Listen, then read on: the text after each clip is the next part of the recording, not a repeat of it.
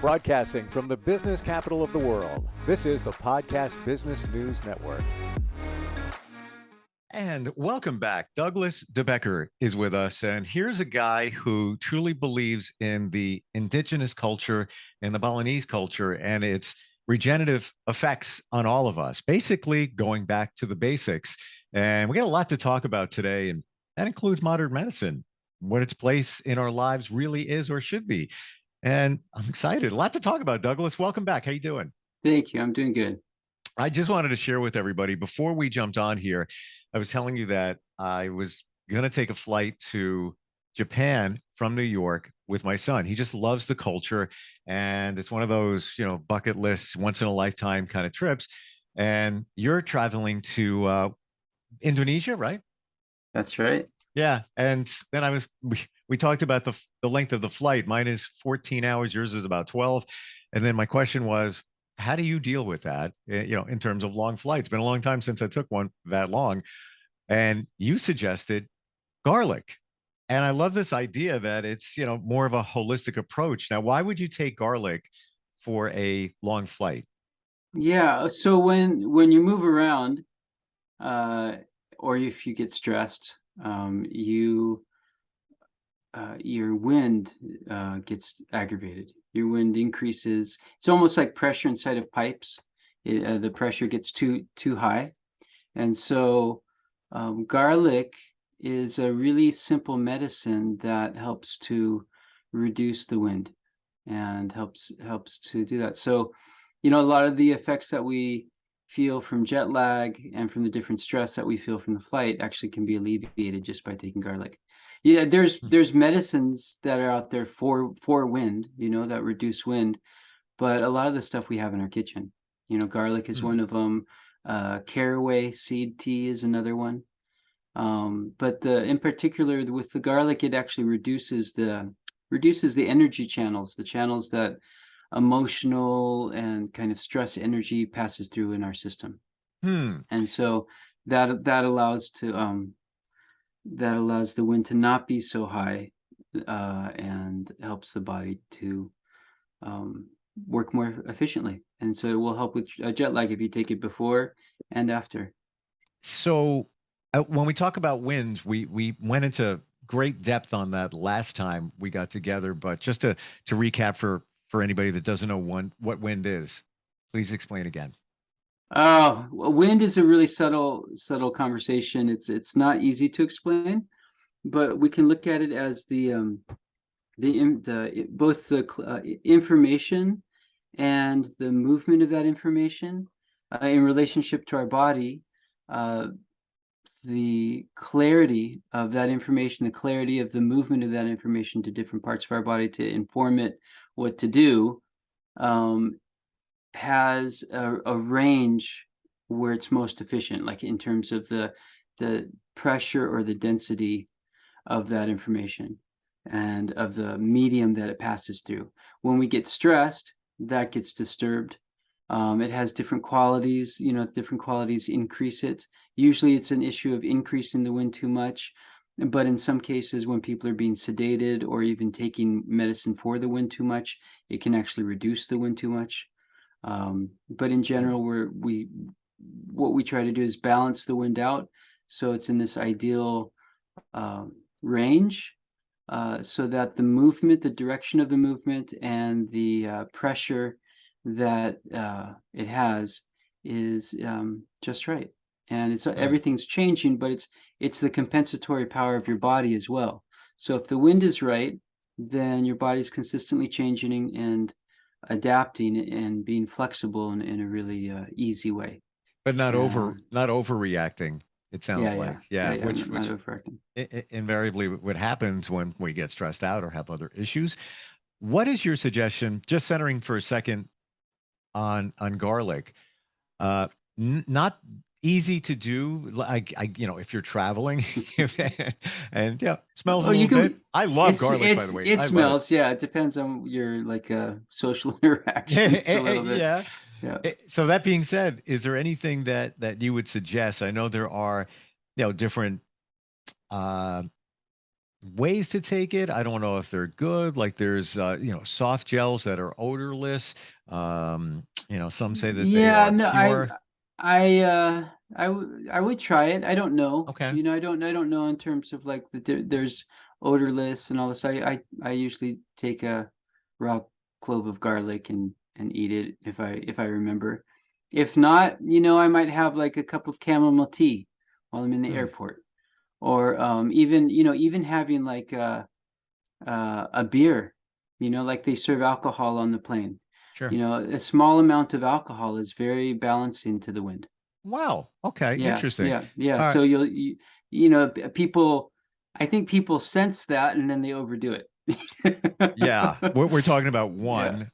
So that being said, and interesting, and by the way, love garlic. Love. In fact, this morning I had it. I'm not even kidding. Uh-huh.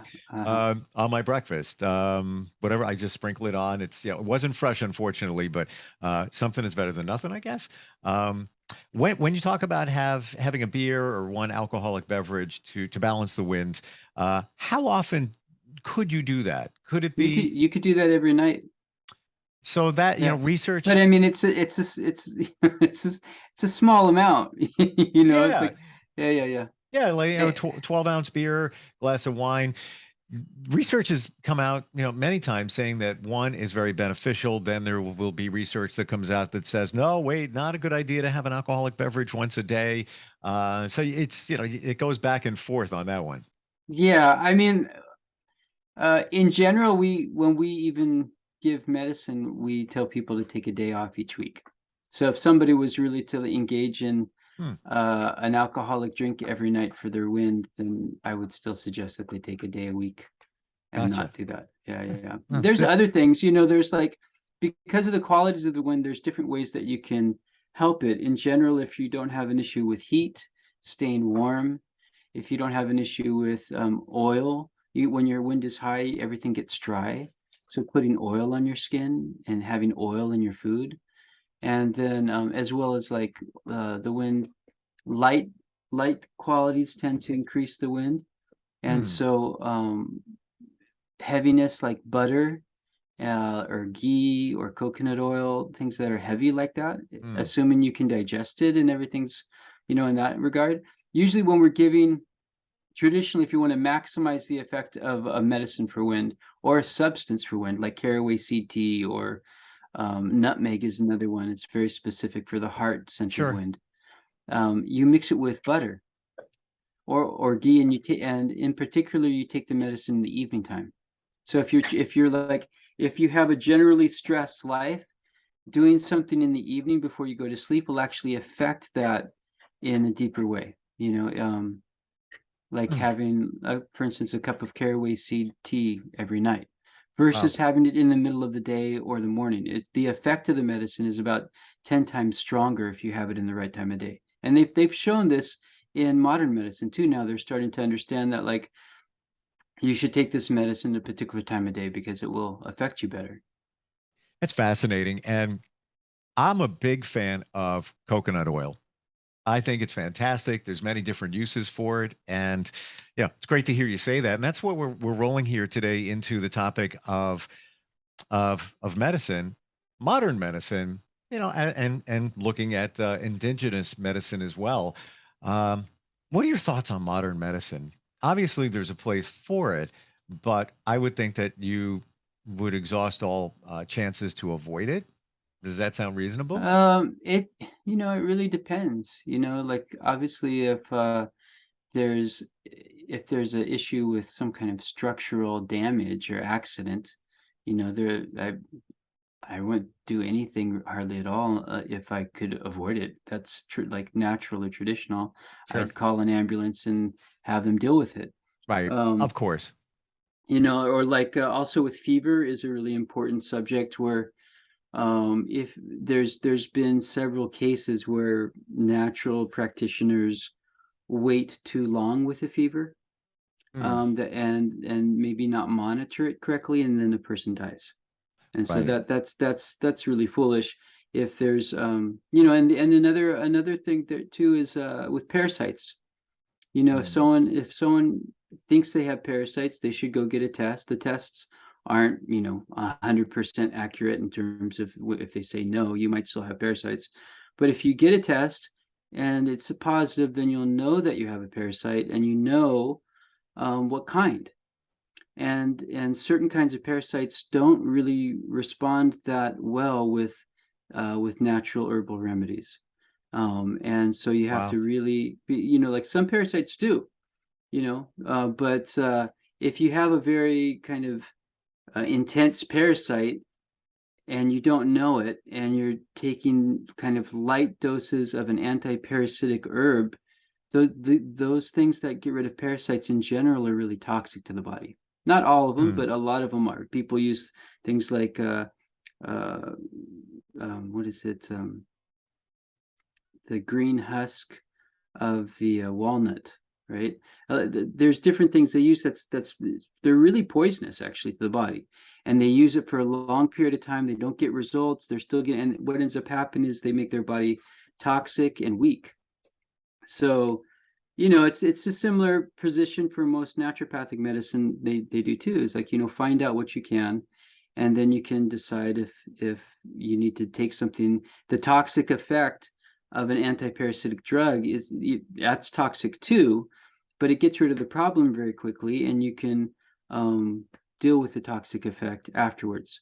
So there's certain things that, but in general, I the approach, it's the idea of what medicine is, like traditionally, although doctors were really respected for instance, in the Ayurvedic tradition, they weren't elevated in society as they are in this society. It was kind of just another job, and they were yeah, they weren't made put in a position where they had more responsibility about your health than you had, you know. Hmm. And so, medicine included lifestyle before. Medicine, I mean, they're kind of talking about that since they made the mistake of giving, I think one of the only dietary advices modern medicine gave turned out to be completely wrong. And that was the thing with low cholesterol and low fat diet. And after about 6 months that the study was put out that started that whole movement, the person who did the study admitted that he had been paid off by the companies that were going to push forth the low fat, low cholesterol foods, and no one really listened to him. Wow. So they did some studies, and it validated what he said, that there was no connection. If you look at the actual original study, the summary conclusion is different from the complete conclusion, which is almost a page instead of a few sentences. And so they did get more studies again and again and again. Over 20 years they did studies, all of them validating that there wasn't a connection. And after 20 years of the low cholesterol, low fat companies making a bunch of money, and the rates of all the cardiovascular problems skyrocketing like they had never seen before, they finally, I think it was in maybe 1999 or 2000, in Lancet, I think it was, or the British Medical Journal of the British Medical Association, something like this. They announced that they were backing off on suggesting that there was Wow. no connection.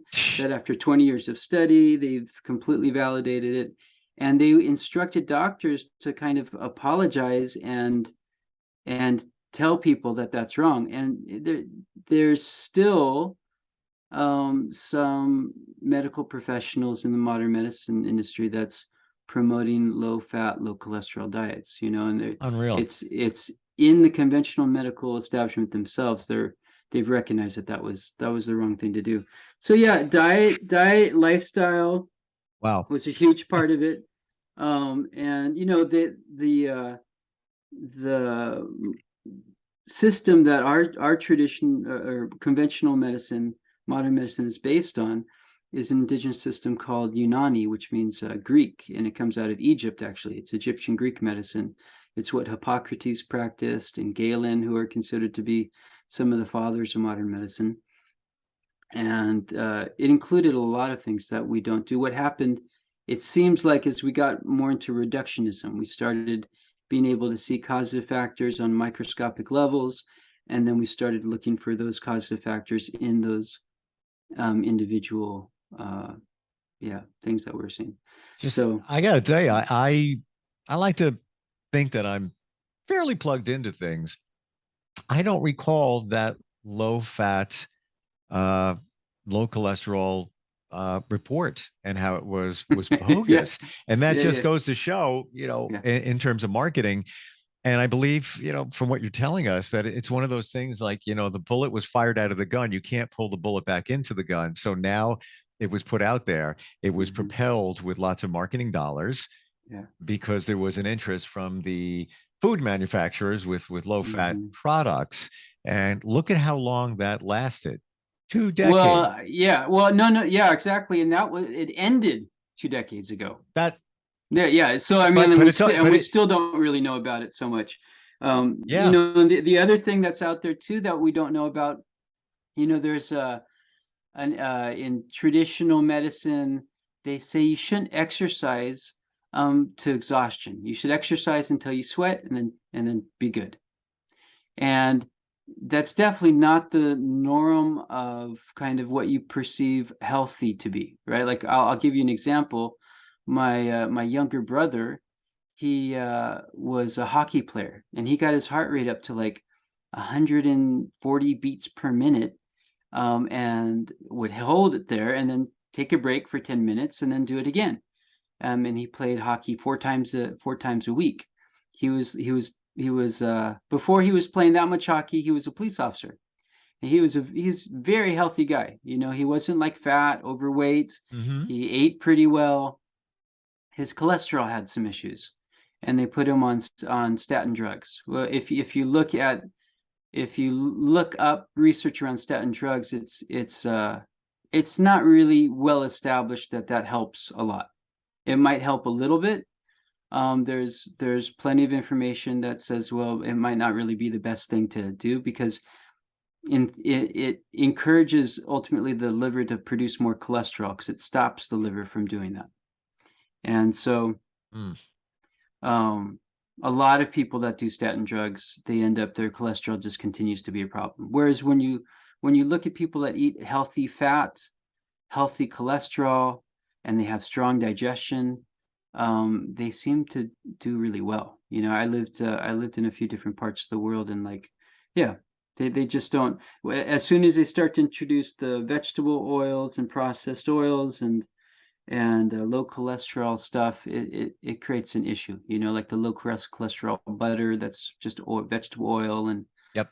anyways, he ended up went for a cholesterol score, and he's a few years younger than me. He went to his cholesterol score, and after about it's a calcium score, and 100 is considered to be dangerous. You're in a dangerous level once you get to 100. He had 3,000, and they immediately had him do an angiogram. The angiogram did not turn out great, and they weren't going to let him leave the hospital without giving him open heart surgery. Oh my They gosh. couldn't arrange it, so 5 days later they did it. And like, there's nothing for sure about it, but as I sat with them talking about a situation and looking some things up online, I found out two things. One is that some literature is censored off the internet. There's a thing called Brave browser, and that browser has uncensored medical information on it. So the stuff that I found on the regular Google, however, there's all kinds of indications that when you exercise to exhaustion, it inflames your cardiovascular system, and the way that it goes to take care of the inflammation is by Wow. packing calcium in there. So what And you're saying so, is, if we're going to exercise, which we should, not to exhaustion, just to the point yeah, where, you get your heart rate up, you feel good, but not, where you till just you can't take. till you sweat. Yeah. And I've told people several things from traditional medicine that I was taught, that I don't really know all the backgrounds, like why that's the case. And this was one of them. I had just been telling one of my clients that because he was super into the gym. So, and I was telling him that that's what they suggest, and I trust it because of so many other things. And it's, you Sure. know, it's after watching people with a high level of observation for thousands of years. You know, it's not like it's empirical. You know, it's not like they just kind of guessed. You know, and it really was within the next couple weeks that I found out about my younger brother, and it's definitely a factor. We don't know if that's the only factor or not, you know, but like definitely when I read the research, it's there's definitely lots of indication that when you push yourself too hard, you'll end up with cardiovascular diseases, and Wow. it is a it is something you notice with a lot of in the gym, and in the naturopathic world and like health hype world, very healthy, very kind of like strong guys, that all of a sudden just like drop, you know, like when they're Yes. 50, Like 50 years old. like runners. You see all these stories of these Yeah, healthy guys running, and then out of nowhere, bam. yeah. We have a couple of minutes left. Definitely want to talk about an event, an online event that you have coming up very soon. Can you tell us more? Yeah, we're doing a 3-day event online to cover um, the basic foundation of how traditional medicine helps the body to heal itself. You know, how like the supportive effect of the wind, different things that can balance the wind, ideas of relationship and expression of creativity, that help uh, the energy in the body that's informing our body how to be healthy, how to take care and heal itself, how to allow that to flow more, as well as cycles in nature. And we're even having a special presentation around um, kind of social structure and how certain kinds of social structure can really help wellness to just result Wow. naturally.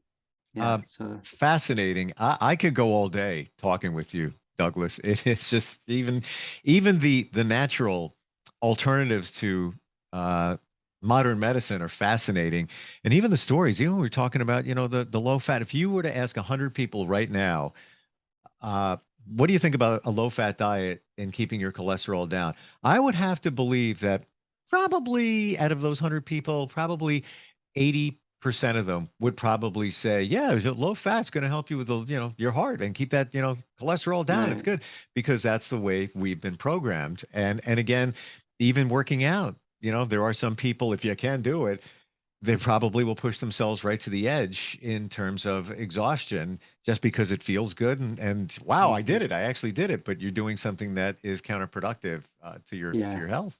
Yeah, there's Yeah, different types of people. You know, if you're really fiery, you'll probably be that person in the gym pushing yourself. It feels good.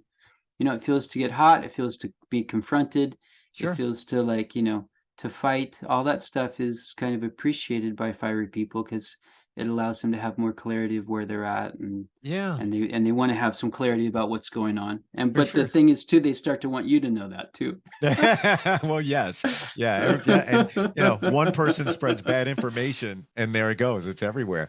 For that online event, where do we find out more about that? Naturalbornhealer.online.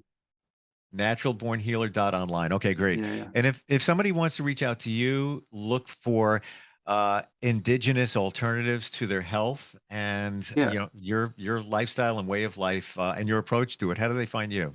Indigenousmedicine.net is my website. That's a great place to go. Yeah, always fascinating talking with you, Douglas. It is just it's refreshing. And you're plugged into everything. And I'm going to the grocery store and getting garlic later, like fresh garlic. You Fresh know, garlic is not as warming. Yeah, if you yeah, if you have some heat, it's better to do fresh garlic yeah, than absolutely. and same with ginger. You know, powdered ginger is way hotter than just fresh ginger. Gotcha. Yeah. All right. Great talking with you, Douglas. I really Nice appreciate talking to it. you too. Yeah, thank Thank you. you. Are you looking for even more of the podcasts and hosts that you love? The Podcast Business News Network is proud to announce that you now have even more ways to listen live. Check out the MyTuner Radio, online radio box, and Simple Radio apps on iOS and Android, or find us online. Search for Business News Network on mytuner-radio.com, or search Podcast Business News Network on streama.com and onlineradiobox.com/US. Take your podcast on the go and don't miss a minute of the action.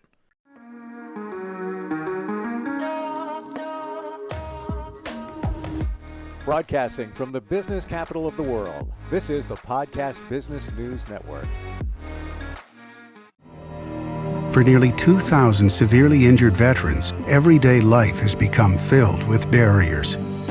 Day-to-day simple tasks can become pretty daunting. I have to carry my chair up 2 flights of steps or have somebody do it for me. What scares me the most is just the falling. When I'm struggling with my house, I think, to have that one great barrier just knocked down, it's crucial. Home for Our Troops is a wonderful nonprofit that builds a Mortgage-free, fully adaptive, handicap-accessible house. And there's no catch. It'll be our very first home that we've ever owned. This is a game changer. This is where your life begins again. We need you to join us in completing this important mission. Please visit hfotusa.org and help build homes and rebuild lives. Because of you, everything's going to be okay.